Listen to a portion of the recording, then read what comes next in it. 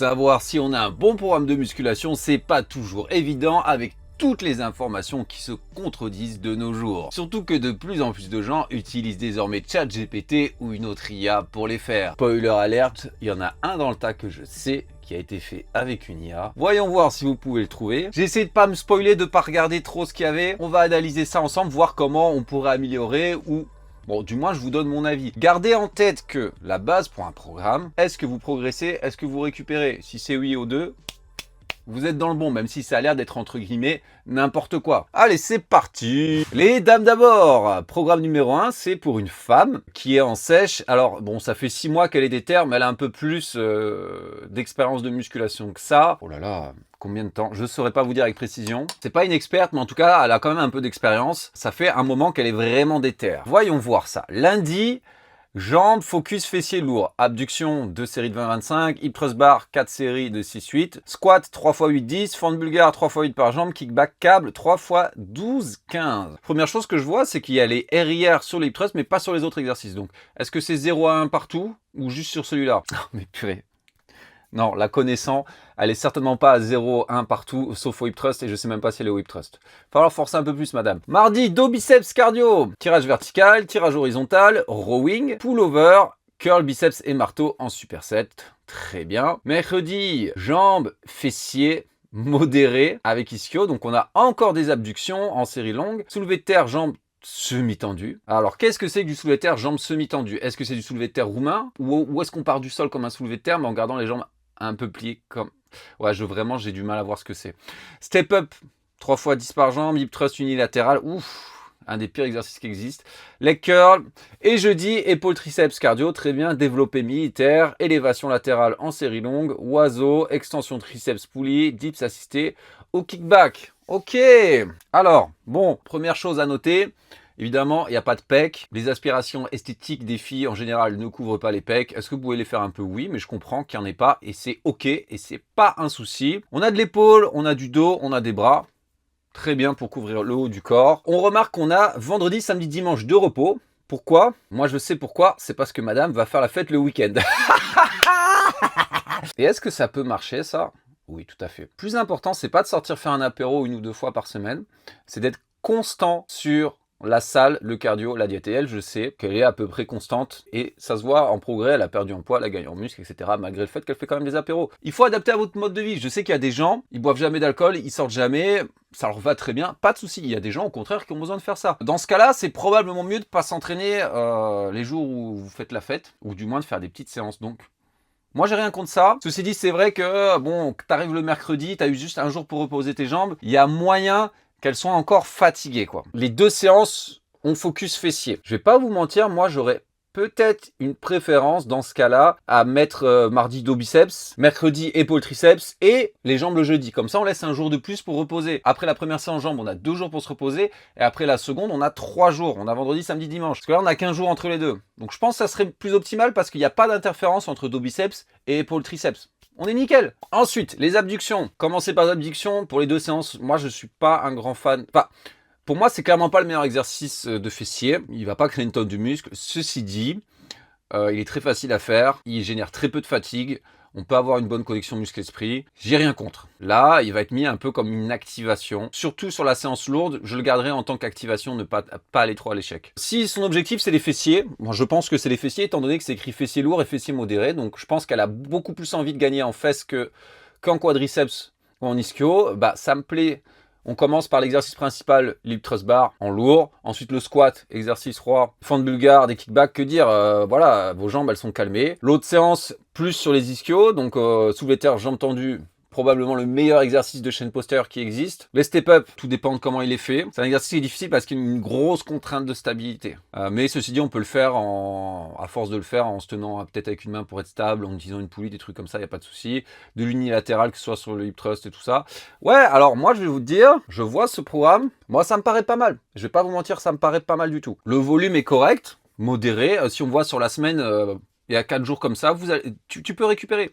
Il n'y a pas de souci. Même l'ordre des exercices me plaît. Voilà, me plaît. Si tu gardes l'abduction, surtout sur la première séance en mode activation, voilà, tu gardes peut-être 3 reps en réserve. Très bien. Juste sur le dos, tirage vertical, horizontal, rowing. Je mettrais peut-être tirage horizontal en premier, puis vertical et en dernier rowing, parce que bon, tirage horizontal et rowing, c'est quand même similaire. Et de manière générale, les tirages horizontaux sont plus doux dans les articulations, ça te permet de t'échauffer, voilà. La séance épaule, j'ai rien à dire non plus. Honnêtement, pour moi, c'est plutôt carré. Je sais pas ce que vous en pensez, mais en sèche, 4 jours comme ça, tu vas bien récupérer. Tu as de la place pour faire ton cardio, il n'y a pas de souci. C'est plutôt carré. Pour moi, voilà, la seule chose principale à changer, c'est faire les jambes le jeudi, lundi, jeudi. Ah, laisse-toi le temps de récupérer, quoi. Hein. Mon Dieu, je fais que parler. Programme numéro 2, 37 ans, 1m83, 83 kg, PDC plus 0, 15 ans d'expérience environ. Et son objectif, c'est du maintien. Alors, il veut garder sa shape parce qu'il a 37 ans, j'imagine, donc il veut rester au sommet.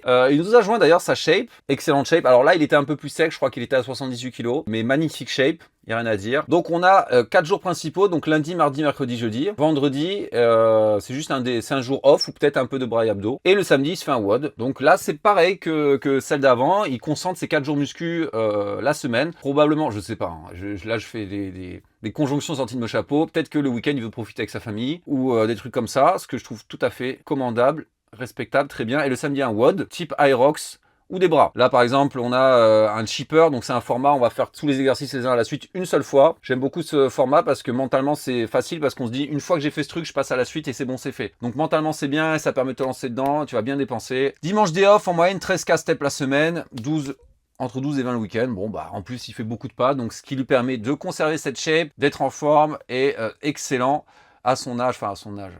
Les gens nous font croire que à notre âge, on est mort, mais pas du tout. Donc déjà, c'est carré sur la semaine. Lundi, pec épaule. Alors, il nous a même donné les charges. 5 séries, 40 kg x 20. Ah ouais. Donc là, 40 kg x 20, c'est très bien. Magnifique force. 50 kg x 10, 10 x 4. 4 séries de 10 à 50. Excellent niveau en force. Hein. Incliné haltère, 5 séries de 16 à 8 reps. Bon.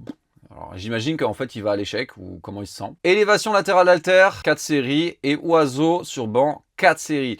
Alors déjà, vous pouvez voir ce que j'aime là, il n'y a pas 1000 exos. On peut très bien faire 1000 exos, mais pourquoi faire compliqué quand on peut faire simple? 4 exos, il fait 4-5 séries. On a 2 exos d'isolation, le côté d'épaule, l'arrière d'épaule et 2 développés. Mais c'est what else? J'ai envie de dire what else? Mardi, dos biceps, donc c'est le split classique, n'est-ce pas? Rowing, banc, halter, banc incliné, 4 séries de 14 reps, puis monter à 10 reps. Je ne sais pas si c'est la version en mode Silero, où on a un bras de chaque côté incliné sur le banc, où on a le buste soutenu par le banc. S'il met 40 pour faire 10 reps, soit il est très fort, soit sa forme est dégueulasse. Traction lestée, 4 séries. Pull-over, voilà, 4 séries. Tirage uni, poulie haute, j'imagine que c'est focus grand dorsal, là, très bien. 4 séries de 14 à 16 reps. Ok, curl, halt et 3 séries, donc on a 3 séries de biceps. Donc là c'est pareil, on a 5 exos, donc un peu plus de dos. Ouais, on va retourner sa shape. Alors je vois pas son dos, mais je vois son devant, donc il a des très bons pecs. Et le fait qu'il ait pas mis de photo de dos, je me dis qu'il a peut-être le dos en point faible. Donc un peu plus de volume sur le dos, ça me paraît cohérent. Mercredi jambes, mais problème genou droit, absence totale de cartilage et arthrose grade 4. Bienvenue au club, j'ai la même chose. Donc 5 séries de leg curl, 5 séries de soulevé de terre aux haltères, soulevé de terre roumain, leg extension, 5 séries, et dernier exo au feeling, fente marché, sled push ou squat unilatéral sur banc pour limiter l'amplitude par rapport à mon problème. Ouais, alors en plus en ce moment, je me suis fait mal au genou, donc c'est pareil, l'amplitude, ça fait un mois que je dois la limiter, c'est très très chiant sur les quadriceps. Il a parlé du sled push, alors le sled pull, pas push, donc vous prenez un sled et vous le tirez en arrière, ou alors vous pouvez attacher une chaîne ou une corde ou des trucs comme ça à un tas de kettlebells, c'est ce qu'on faisait, et vous les traînez. C'est un des meilleurs exercices pour les quadriceps si vous avez les genoux explosés, tout simplement, parce que sa chance c'est que vous forcez avec les orteils en avant du genou, ce qu'on ne fait jamais, et l'amplitude est très limitée, donc vous mettez très peu de stress sur l'articulation, mais ça va bien brûler les quadriceps. C'est un exercice que je recommande beaucoup pour les gens qui ont qui ont des genoux en mauvaise santé. Hein. Quand je me suis fait opérer du ménisque, c'est ce que je faisais 2 jours après dans la rue. J'avais mis un pneu avec des briques et je tirais ça. Excellent choix, excellent choix. Donc gros focus sur la chaîne postérieure, étant donné qu'il a les genoux pourris, je comprends. Leg extension, exercice qui met beaucoup de stress sur les genoux, mais j'imagine que s'il le fait, c'est que ça lui fait pas mal. Alors, je vais pas trop m'avancer étant donné qu'il a un problème de genou, mais c'est vrai que idéalement, je préférerais un exercice polyarticulaire sur les quadriceps qui lui fasse pas mal, que ce soit la leg press, peu importe l'exercice qui fait pas mal. Voilà, idéalement. Et jeudi, épaule pec, donc les épaules sont bossées 2 fois dans la semaine, et les pecs aussi d'ailleurs. Mais là, on a plus l'accent sur les pecs, enfin sur les épaules avec développé militaire, grosse série, élévation latérale à la poulie, les pectoraux en vis-à-vis et le haut pec en vis-à-vis. Bon, et le reste, c'est du bonus. J'aime un peu moins cette séance honnêtement, surtout en fait de faire vis-à-vis et haut de pec vis-à-vis, pour moi c'est pareil, c'est quasiment pareil. Tu vas faire tes écartés en version haut de pec, tu vas très légèrement cibler plus le haut, hein. C'est quelque chose comme 10% selon les EMG, enfin selon les études sur l'hypertrophie, entre 5 et 10% de muscle en plus. Moi honnêtement je préférais que tu gardes ton haut de pec vis-à-vis si tu veux. Il n'y a pas de souci, même si le développé militaire va bien taper les hauts de pec. Et l'autre exo, tu remplaces par un autre exo de pec. Tu sens bien que tu kiffes, qu'il change. Un peu plus global. Une chest press peut-être, des dips, j'en sais rien, quelque chose. Bon, il a des super abdos, il a des bonnes épaules, même les bras sont pas mal, je dirais un peu plus de triceps, un peu moins de biceps, des bons pecs. Ça, c'est un programme donc, qui met l'accent sur le pec-épaule, évidemment. Les muscles de plage, donc tu es sûr que tu auras un beau physique. Tu es sûr que tu auras un beau physique. Bon, de manière générale, son programme et sa routine, donc faire du cardio le samedi et faire des pas, c'est excellent. Même s'il veut rajouter un peu de bras et d'abdos, c'est excellent. Ça va lui donner ce look de super-héros qu'il a clairement. Ce look de modèle hein, que la plupart des gens veulent avoir. Moi, ce que je dirais personnellement, peut-être que j'essaierai de rattraper les points faibles. À voir, hein, mais parce qu'on ne voit pas sa chaîne postérieure, donc je ne sais pas ce que vaut son arrière d'épaule, je ne sais pas ce que vaut son dos. Mais probablement, j'aurais mis plus d'arrière d'épaule et de dos. Probablement que j'aurais mis le jeudi épaule-dos, ou épaule, chaîne postérieure. Développé militaire, arrière d'épaule, du dos. Probablement. Si c'est son point faible, c'est ce que j'aurais fait. Après, de manière générale, le programme est bien. Le volume d'entraînement, il n'y a pas de souci. Il va récupérer. Il arrive, il fait 4 exos, il se la colle dessus, il disparaît. Il y a quand même beaucoup plus de volume sur les rotateurs internes qu'externes. Beaucoup plus de volume sur la chaîne antérieure que postérieure, sauf pour les jambes, ce qui est bien. À surveiller. Voilà, s'il y a des bobos d'épaule qui commencent à apparaître, ce genre de choses, dans tous les cas, je vais vous dire si c'est un maintien. Si votre objectif c'est maintien pur et pas essayer de rattraper quelque chose, c'est plus que suffisant. Il faut environ faire 3 fois moins pour maintenir que pour créer. Voilà, gardez ça en tête. Donc même s'il faisait couper son programme en deux, il faisait la moitié de ce qu'il ferait, il conserverait quand même à peu près. Programme numéro 3. 22 ans, 1m85, 92 kg. 5 ans d'expérience, objectif sèche. Donc voilà, il est un peu plus lourd que sa taille, mais objectif c'est la sèche. Nous avons un PPL sur 6 jours. Donc il fait push-pull leg, repos, push-pull leg, repos. Et repart, il continue. Les 3 jours push-pull leg sont les mêmes à chaque fois. On va regarder ça. Déjà, première chose à dire avant, en sèche, push-pull leg, c'est un format que j'aime beaucoup. C'est un format que j'aime beaucoup parce qu'on a beaucoup de fréquences sur tout le corps. De manière générale, vous êtes stimulé souvent, 6 fois par semaine, ou on va dire 5,5 là. Je préfère de manière générale en sèche plus de fréquences. Push, focus pec, puis épaule, puis triceps. Alors, des écartés à la machine, du développé couché à la Smith, 3 séries du dos, du développé incliné halter, du développé militaire épaule, élévation latérale et des push down. Bon, alors, déjà il a dit focus pec, et puis ben il respecte ça. On a 3 exercices pour les pecs, un exercice pour les épaules, 2 séries de triceps. Là, sa priorité, il respecte sa priorité. Et c'est ça, si vous voulez rattraper vos points faibles ou améliorer une partie du corps qu'il faut faire. Trop de gens veulent à tout prix équilibrer leur programme. Il faut qu'il y ait pareil de dos, que de pecs, que de jambes, que de biceps, que d'avant-bras, que de ci, parce qu'il faut que tout soit équilibré. Malheureusement, hein, si vous voulez vraiment rattraper quelque chose, vous avez un minimum d'expérience, vous n'êtes pas débutant, vous ne pouvez pas faire des splits 100% équilibrés. Si vous avez un gros point fort pec, à quoi ça sert de faire 20 séries de pec? Non, la réalité c'est, si on regarde l'ensemble de la littérature, vous avez certainement besoin de faire moins de séries sur les pecs pour qu'ils progressent quand même plus que votre point faible sur lequel vous faites plus de séries. Donc si vous avez vraiment un gros point fort, vous faites moins de séries dessus. Et vous allez faire plus de séries sur ce qui compte vraiment. Enfin, moi, mes triceps, je m'en fous de faire une tonne de séries sur les triceps. Ensuite, on a le pull, focus, arrière d'épaule, j'aime ça. Grand dorsal, trapèze, biceps. Donc on est quelqu'un qui a des gros bras. Hein. Biceps et triceps, c'est le moins important pour lui. Donc j'imagine qu'il a les bras courts. Oiseau à la machine pour l'arrière d'épaule. 2 séries de 24-30. Alors j'aime les séries longues pour l'arrière d'épaule. Excellent. Ensuite, encore des reverse fly, mais cette fois à la poulie, et il va jusqu'aux séries de 50. J'aime, ça aussi, j'aime. Qu'est-ce que j'aime ça? J'adore, monsieur. L'arrière d'épaule, je pense que c'est probablement la partie du corps sur laquelle c'est la plus pertinente de faire des séries longues, et sur laquelle je vous recommande d'essayer au moins une fois. Je vous garantis. C'est un des muscles les plus durs à recruter, surtout si vous êtes naturel. Les plus durs à ressentir. Des fois, vous allez trop vouloir compenser soit avec vos trapèzes, soit même avec vos triceps. Essayez les séries longues, je vous jure, ça va bien vous aider. Ensuite, on a pull-over poulie unilatéral, 2 séries de 50 à 20. Vraiment 50 pull-over. Moi, je vois ça comme de l'activation, là. Pareil, c'est qu'il doit avoir du mal à ressentir ses grands dorsaux, donc il est tabasse là-dessus. Aller jusqu'à 50 cet exercice, c'est un exercice qui me dérangerait pas de faire dans les séries de 100 en fin de séance, mais honnêtement, je préférerais que tu fasses un peu moins de reps et que tu utilises du tempo là-dessus, peut-être excentrique lent et concentrique lent, genre 3-0, 3-0, pour apprendre à essayer de le recruter à tout prix. Concentrique lent, c'est pas incroyable pour l'hypertrophie, mais pour apprendre à le recruter, c'est top. Pull down unilatéral, très bien. Pull up, traction 3 fois max, très bien. L'euro, 3 séries, curl 2 séries. J'aime bien cette séance. Ensuite, legs focus quadriceps. Leg curl 2 séries, leg extension 2 séries, mollet 2 séries, hack squat 3 x 7, 10. Fente bulgare 2 séries de 12 à 16, mollet. Encore, hyper extension et des crunchs. Alors, là, il y a quelque chose qui me chagrine, c'est que dans cette séance, il n'y a qu'un seul exercice principal, qui est le hack squat, parce qu'on a isolation, mollet, exercice principal, fente bulgare, bon, c'est pas de l'isolation, c'est polyarticulaire, mais en général, en fonction de comment vous le faites, vous avez un objectif bien précis. Encore du mollet, hyper extension, c'est pas vraiment de l'isolation non plus, mais bon. Et des crunchs. Donc il y a un exercice vraiment principal sur lequel on va essayer de mettre lourd, sur lequel on va essayer à tout prix de faire la surcharge progressive au fil des semaines, etc. Et il est en plein milieu de séance. Il me dit focus quad, son exercice principal c'est le quatrième. Le quatrième. Alors là, ce qu'il faudrait faire, c'est tu le montes dans la séance. Tu le mets en deuxième si tu veux. Il n'y a pas de souci derrière le leg curl. Le leg curl en premier, c'est très bien pour échauffer les genoux, les articulations. Ça ne va pas affecter votre performance au hack squat. Tu fais ton leg curl, ensuite tu fais ton hack squat. Boum. Ensuite, tu nous refais du quadri et encore du quadri. Troisième exercice, tu nous fais soit les fentes bulgares, soit les extensions.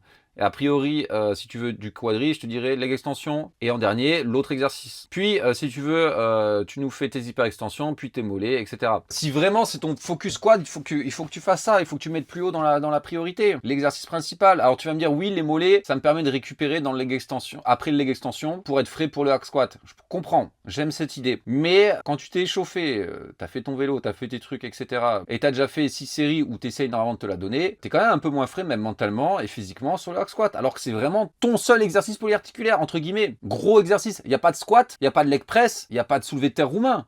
Donc c'est celui-là qui compte. Et tu le mets si loin. Également, tu nous fais ischio, quadri, mollet, quadri, global, mollet, ischio, fessier. Tu nous staggers les exercices. Avantage à alterner, par exemple, dos, pec, dos, pec, dos, pec, ou bien de faire tout ton dos, tout ton pec. Alors regardez, c'est très simple. Les powerlifters, en général, ils font ça, ils alternent. Ceux qui sont dans la perf ou les power, ou même les crossfitters. Par exemple, chaîne antérieure, chaîne post, chaîne antérieure, chaîne post. Les bodybuilders, ils mettent tout ensemble. Pourquoi quand vous faites tout ensemble d'affilée, vous allez accumuler plus de stress métabolique, vous allez créer un tout petit peu plus de muscles. À l'inverse, si vous alternez, vous serez plus frais neurologiquement, même physiologiquement, donc ça va plus être un travail de qualité. Donc, si vous êtes débutant, ou vous voulez améliorer votre technique, ou vous voulez devenir plus fort, ouais, alternez, très bien. Vous voulez gagner le plus de viande possible, mettez-les ensemble. Voilà, tout simplement. Tout dépend de comment tu fais tes fentes bulgares. Si tu les fais avec une grande flexion de genoux, tu vas être full quadri, etc. Mais pour moi, tu me dis focus squad, et tu as 2 exos et demi de chaîne postérieure et tu as 2 exos et demi de quadriceps. Donc focus quad sans plus. Ensuite, il refait exactement pareil. Donc avantage à refaire pareil ou à changer. Si vous faites pareil, eh bien vous aurez une meilleure progression neurologique. Donc une meilleure acquisition technique. Vous allez devenir meilleur sur ces exercices, vous allez devenir plus fort.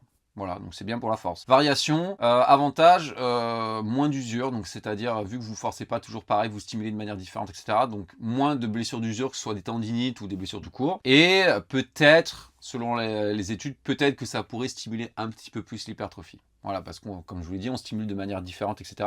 Le corps est une machine d'adaptation. Si on fait tout le temps pareil, on atteint un plateau plus vite que si on varie. Également, en général, plus de fraîcheur mentale, ça dépend des profils. Donc les deux se valent. Ensuite, pour 5 ans d'expérience et la sèche, qu'est-ce que je pense de ça? La séance pousse, très bien. La séance pull, elle pique un peu.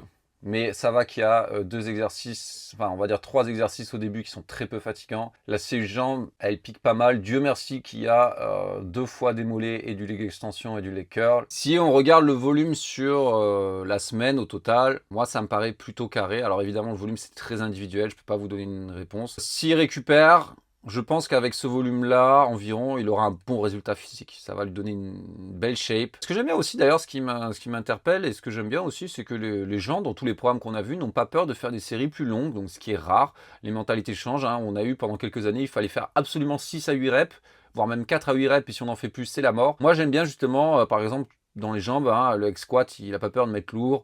L'extension de mettre plus léger. Qu'il y ait des variations, c'est bien aussi pour stimuler différemment l'hypertrophie, c'est excellent pour les articulations. Globalement, voilà ce que je changerais dans son programme, mais de manière générale, ça me paraît plutôt solide. S'il y a un moment dans la sèche où il commence à avoir une fatigue excessive, moi je lui dirais de faire juste une semaine de deload et de repartir. C'est un programme qui risque d'en bénéficier à un moment donné. Ça peut piquer s'il va vraiment à l'échec, je pense. Étant donné qu'il n'y a que 2 ou 3 séries, il va vraiment à l'échec. Je mettrais un peu plus de quadri, si vraiment c'est sa priorité. Il n'a pas eu peur de mettre beaucoup de pecs sur le push. Il n'a pas eu peur de mettre beaucoup d'arrière d'épaule sur le pull, mais sur les quadriceps, c'est pas ça. Ensuite, programme 4, information, on n'a pas d'information, c'est un mystère, donc on verra. Programme pro musculation mode Titan Hercule. Donc c'est pas juste un titan de SNK, c'est pas juste Hercule de la mythologie, c'est le titan Hercule.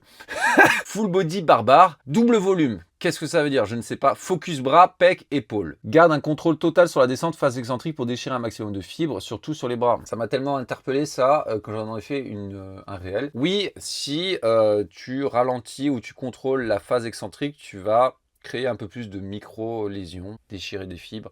Ceci dit, en fait, l'hypertrophie ne fonctionne pas en déchirant des fibres et ensuite en reconstruisant encore plus fort. C'est ce qu'on pensait avant. Les scientifiques se sont amusés à créer des micro-lésions similaires à celles de l'entraînement, mais sans faire de l'entraînement, et ils se sont aperçus que les gens ne gagnaient pas de muscle ni de force. Voilà, donc les déchirés du muscle en lui-même, ça ne crée pas du muscle. Hein. C'est la tension musculaire, c'est le recrutement des unités motrices. Oui, les déchirures musculaires, les micro-lésions, tout ça, déchirer des fibres, peut aider indirectement à amplifier le signal hypertrophique parce que à cet endroit-là, vu qu'il y a une déchirure, il y aura une réponse anabolique plus forte du corps, réponse du système immunitaire, une inflammation, une réponse hormonale, etc. Donc qui peut servir à amplifier. Mais le but, c'est pas de déchirer des fibres. Parce que si vous déchirez vraiment des fibres, le corps, le temps qu'il se mette à récupérer, à reconstruire, quand ce sera le moment de crever du muscle, le signal anabolique, il sera plus là. Hein. Si ça fait 4 jours vous êtes entraîné, 5, 6, 6 jours vous êtes entraîné, il n'y a plus de mTOR à cet endroit-là. Hein. Si vous êtes naturel, vous pouvez oublier. Donc n'essayez pas de déchirer des fibres à tout prix. Vous n'avez pas besoin de déchirer des fibres pour créer du muscle.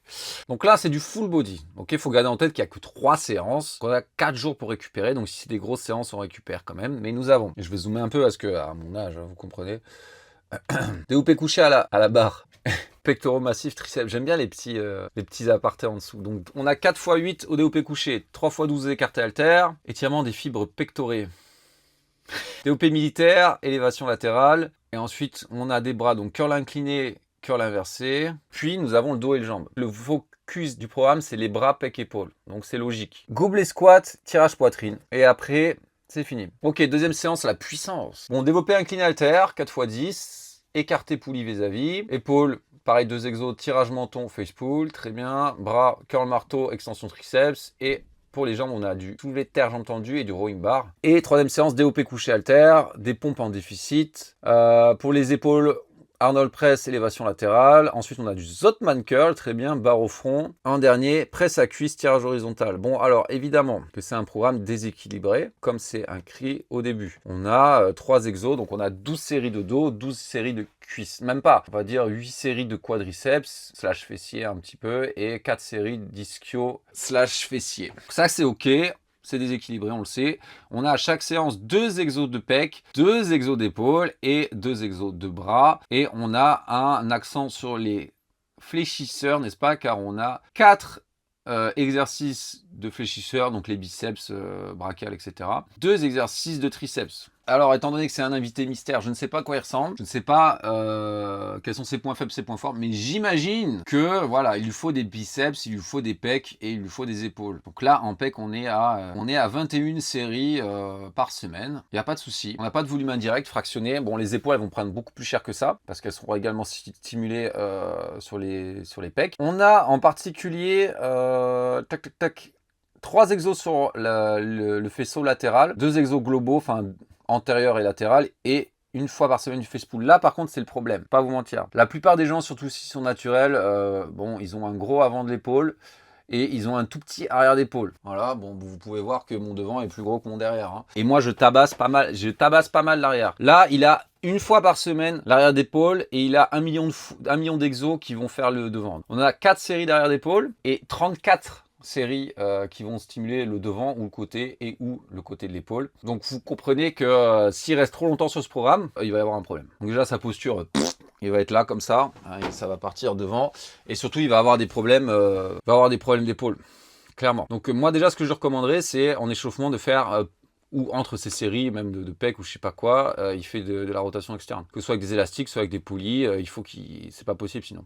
Là, il va avoir des gros soucis après, à force sur le long terme. Évidemment, tu fais ça 2 mois, bon, voilà. Et surtout si j'imagine qu'il est débutant, je l'espère en tout cas. Je vais m'expliquer. Pourquoi je l'espère? C'est parce que si vous prenez quelqu'un d'avancé et vous lui faire... Sur la semaine, il n'y a pas de souci, le volume, mais c'est par séance, ça pique quand même. Hein. Vous imaginez, donc vous éclatez les pecs comme ça, 2 exos, DOP militaire, 2 exos, les bras, 2 exos, et après il faut faire jambes dos. Donc le pire, hein, c'est limite le plus fatigant de la séance en dernier. Tu te vois, tu as fait tout ça, tu dois arriver à faire des tirages verticaux et de la presse à cuisse, ou encore pire, soulevé de terre, jambes tendues et rowing bar, qui sont 2 exercices extrêmement difficiles. Alors c'est un combo que j'aime bien, mais c'est 2 exercices extrêmement difficiles. Vous vous mettez très lourd, vous mobilisez énormément de muscles. Vous êtes tapé 6 exos avant, donc 6 x 4, 24. Hein. Allez, 20 séries avant à l'échec et vous devez faire soulevé de terre, jambes tendues. Vous allez mettre 150 kg. Et du rowing bar, vous allez mettre je sais pas combien aussi. Aïe! Alors, ce qui va risque de se passer, c'est que vous n'allez pas mettre lourd parce que vous allez crever. Ou vous allez squeezer les exos, vous allez les zapper. Ou vous allez les faire à l'arrache, etc. Si vous êtes expérimenté, vous faites ça. Si vous êtes en masse, vous pouvez récupérer, il n'y a pas de souci. J'imagine. Après, comme je vous dis, le volume, c'est très individuel, mais ça pique. Ça va être très difficile, honnêtement, je vous dis, pour les 2 derniers exos, de pouvoir mettre un minimum d'intensité, mettre un minimum de sérieux dedans. Ça va être très difficile. Je ne sais pas quelle est l'intensité sur la séance de manière globale. Est-ce qu'il en garde en réserve? Est-ce qu'il va vraiment à l'échec partout? S'il va vraiment à l'échec, c'est costaud. Ça va être très costaud. Ceci dit, pour son objectif, bras, épaules, pec, il fait ça 2-3 mois, ouais, il va significativement augmenter ces parties du corps là. Mais moi, je recommanderais de pas rester plus que 3 mois. Il va créer trop de déséquilibre. La chaîne postérieure, que soit le dos, bon, et les épaules, très en retard. Alors évidemment, c'est des gros points forts, etc. Bon, voilà, faut relativiser comme tout. Hein. Mais tu fais ça 1 an, bon, ça risque de mal se passer. Surtout quand, par exemple, t'arrives, premier exo de la semaine, tu commences DOP couché à la barre. Bam, l'exo qui te défonce le plus les épaules, qui te défonce le plus les pecs, commence par ça. Donc on a un individu qui a 22 ans, il fait 1m75, 73 kg, il a 2 ans d'expérience et l'objectif c'est main gain. Donc c'est une expression anglaise, donc c'est-à-dire maintenir son poids à peu près, mais tout en gagnant du muscle et de la force. En gros, on progresse lentement. Voilà, c'est à opposer au cycle masse et sèche. Là, on fait du gain, mais en maintenant. Donc c'est une masse propre, on pourrait dire. Le plus propre possible. Je fais en général 3 séries par exercice et souvent proche de l'échec. Très bien. On a un push-pull leg. Voilà, il fait ses 3 jours, repos, 3 jours, repos. Donc on garde en tête 3 séries par exercice à l'échec. Push, DOP couché incliné, DOP couché, écarté poulie incliné, élévation latérale, DOP militaire, extension triceps à la poulie basse vers le haut. On a 7 exos, 3 séries, pour avoir fait des trucs un peu similaires. Ça pique, mais ça se fait. Bon, il a 2 ans d'expérience, il n'est pas encore ultra fort, il n'est pas encore ultra lourd, il est jeune, il va récupérer. Un exemple, quand je fais du push-pull leg, j'ai une séance facile, une séance difficile, on va dire. Séance difficile, j'ai 8 exos, 2 séries. Donc 16. Lui, il a 3 x 7, 21. Il en a un peu plus. Mais bon, il est plus jeune et il règle tout ce que vous voulez. Hein. Ensuite, pull, traction. Souvent lesté, proche de l'échec. Tirage diagonal, donc le one arm pull down. Là, on va chercher bien pour le grand dorsal. Tirage horizontal, rowing bar pour l'épaisseur du dos. Oiseau unilatéral pour l'arrière d'épaule. Et on a 3 exos de biceps. Donc curl marteau, curl incliné avec les coudes en arrière. Curl avec les coudes devant pour la courte portion. Je trouve que mon dos progresse bien, mais mes pecs biceps paraissent en retard ou plus plat. Hypothèse, a priori, notre ami est plutôt longiligne. Curl avec les coudes en arrière du buste pour la longue portion, curl avec les coudes en avant du buste pour la courte portion. Oui, c'est vrai. En fait, quand vous allez mettre l'épaule en arrière, vous allez plus étirer la portion longue et à l'inverse, quand vous allez rapprocher, elle sera en position raccourcie de par son insertion qui est derrière sur la scapula. Donc vous allez légèrement plus bosser ça, peut-être quelque chose comme 5 à 10%. Bon, tu fais un exercice pour la portion longue, un exercice pour la portion courte, tu peux juste faire des curls normaux, il n'y a pas de souci. Curl incliné, c'est très bien. Curl pupitre, du coup, aussi, il n'y a pas de souci. Mais ça peut être aussi l'espacement des mains. Plus on prend large ou plus on prend serré, on va faire plus la courte ou la longue portion. Mais je pense qu'il y a beaucoup de gens qui gâchent de l'énergie mentale à penser à ça, à réfléchir, il faut que je fasse ci, un peu plus ci, un peu plus ça. Mais si on regarde la littérature scientifique entre les EMG, électromyogrammes, donc l'activation des muscles ou même les résultats qu'ils ont pu directement mesurer, c'est très limité. La différence est extrêmement minime, vous ne la verrez pas quasiment. Et c'est pas une mauvaise chose. Je dis pas, c'est pas une mauvaise chose de faire ça ou de focus un peu sur les trucs, c'est juste qu'il y a trop de gens qui obsèdent là-dessus et qui perdent de l'énergie mentale là-dessus, alors qu'au final, c'est secondaire, très secondaire. Ensuite les jambes, squat. La base, exercice 3, leg extension, leg curl, adducteur, soulevé de terre roumain, pour les ischios et chaîne postérieure. Très bien. Séance classique, séance basique, séance efficace. Leg curl puis adducteur, c'est pas mal ça. Garde le RDL, l'exercice qui étire le plus pour la fin, pour se finir. Moi j'aime bien. Voilà, si t'as des mauvais genoux, tu peux mettre le leg curl avant le squat, ça me dérange pas. Leg curl et adducteur, dans certains cas, si t'as vraiment besoin de t'échauffer. Mais c'est une séance basique, classique, très bien. Alors lui, il nous a donné des questions carrément. J'ai fait une sèche assez longue avec beaucoup de cardio, moins de protéines et j'ai arrêté la créatine pendant un moment. Très mauvaise idée. En sèche, tu devrais manger plus de protéines et pas l'inverse. Limite, si t'en as moins en masse, on s'en fiche. Mais en sèche, t'as besoin de beaucoup de protéines. J'ai perdu du gras, mais aussi du volume, plénitude musculaire et un peu de force. Aïe, ben justement, bon, déjà, t'as arrêté la créatine, donc forcément, moins de volume. Moins de protéines. En sèche, tu devrais pas perdre significativement de force. Je repasse sur environ 3 semaines au maintien avant de refaire une sèche. Mais ton maintien, meilleur rapport en protéines. Oui, non, mais en fait, déjà, pourquoi t'arrêtes la créatine pendant ta sèche? Pourquoi t'arrêtes la créatine pendant ta sèche? Pendant ta sèche, tu fais créatine, tu n'arrêtes pas, et une tonne de protéines. Voilà, il nous a orienté le débat. Bon, on va garder en tête que c'est difficile de répondre parce que par exemple, il nous dit, est-ce que le volume fréquent c'est bon? Le volume, je sais pas, c'est individuel. Il y a tout un tas de choses qui rentrent en compte dans le volume. Alors, je peux avoir une idée en regardant, évidemment, si je vois 50 séries, je vais me dire, oh frérot, qu'est-ce que tu fais? Mais il y a des personnes qui récupèrent mieux que d'autres. Voilà. Ensuite, est-ce que tu es au chômage ou est-ce que tu travailles 60 heures par semaine? Est-ce que tu es en sèche ou est-ce que tu es en masse? Ton niveau d'expérience, ton niveau de force, est-ce que tu prends des produits dopants ou pas? Blablabla. Il y a un million de choses qui rentrent en compte. Ceci dit, la fréquence, oui, c'est bien, j'ai rien contre ça. Le volume, il est sur la portion haute, je dirais, à surveiller. Si tu récupères, continue. Si tu vois que tu commences à être vraiment fatigué, diminue un peu. Un PPL, en plus toi c'est 2 grosses séances, tu fais pareil après, c'est des grosses séances. Donc à surveiller. Trop d'échecs ou pas? Non, pas spécialement. Hein. Comment optimiser mes pecs biceps qui paraissent en repart par rapport au dos? Bah c'est simple, tu fais plus de volume dessus. Nous avons 4 exercices de dos, nous avons 3 exercices de pecs. Voilà. Sachant que c'est un point fort, tu en fais plus dessus. Tu as ta réponse. Biceps, bon tu fais 9 séries. C'est déjà pas mal. Hein. Si tu veux vraiment les maximiser, déjà c'est apprendre à bien les recruter. Pour tirer le meilleur parti de tes séries. Est-ce que tu ressens tes biceps ou pas? Est-ce que tu les fais en ramenant les points comme ça qui font que tu vas plus utiliser tes avant-bras, diminuer le bras de levier? Des conseils pour les sensations coude sur les triceps parce qu'il a parfois tendance à sentir le coude sur les exos au lieu du muscle. Il pourrait y avoir plein de facteurs qui peuvent expliquer ça. Quel est ton travail? Est-ce que tu as eu des tendinites? Est-ce que tu as eu des blessures? Blablabla. Mais si tu sens vraiment les coudes, première chose, ça serait de changer d'exercice. Moi, ce qui m'embête, c'est que si tu fais des extensions triceps, c'est des exercices qui sont doux sur les articulations de base. Donc, change peut-être l'appareil que tu utilises. Donc, par exemple, si tu fais des extensions triceps à la barre ou à la barre en V, essaye la corde qui, de manière générale, sera plus douce. Essaye une poignée.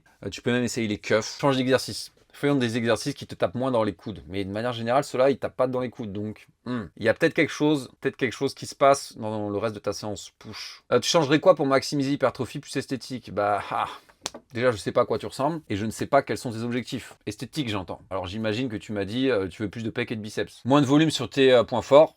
Plus de volume sur tes points faibles. Ensuite, qualité sur tes points faibles. C'est-à-dire, bon, je ne suis pas fan de faire les bras avant le gros muscle, c'est-à-dire faire les biceps avant le dos. Mais en dernier recours, si vraiment tes biceps, si plus la défaite, tu peux faire ça. Ou même, je vais te dire, hein, si vraiment ton dos, c'est un gros point fort, il y a ton jour pull, tu dégages tout ça, tu fais que des bras. Tu fais que des bras. Tu fais juste tes biceps et puis tu vas récupérer mieux pour le reste après, en plus. Tu auras plus d'énergie pour faire le reste. Maximiser ensuite l'hypertrophie. Est-ce que tu récupères? Est-ce que tu progresses? Si au fil des semaines, tu as 2 ans d'expérience, si au fil des semaines, les poids ne bougent pas, il y a quelque chose à changer. Ta diète, ton sommeil, les 2 premiers coupables, je sais, c'est les réponses la plus chiante au monde, mais ta diète, ton sommeil. Je sais pas te mettre le programme au monde, le meilleur du monde, si ta diète, ton sommeil, c'est de la merde, il va pas se passer grand-chose. Un peu, mais pas grand-chose. Hein. Déjà après 2 ans. Donc, peut-être à regarder du côté de ta sèche, est-ce que tu continues à faire beaucoup de cardio? Si t'en fais trop, c'est pas bon.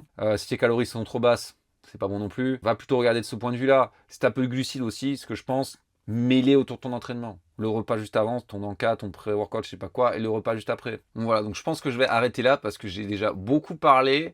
Je ferai les autres programmes dans une autre partie. Si vous avez aimé la vidéo, n'oubliez pas de la liker. Dites-moi ce que vous pensez de ces programmes. Si vous avez des questions, n'hésitez pas à y aller en commentaire. Je me ferai toujours un plaisir de vous répondre. Et je vous dis à bientôt pour la partie 2.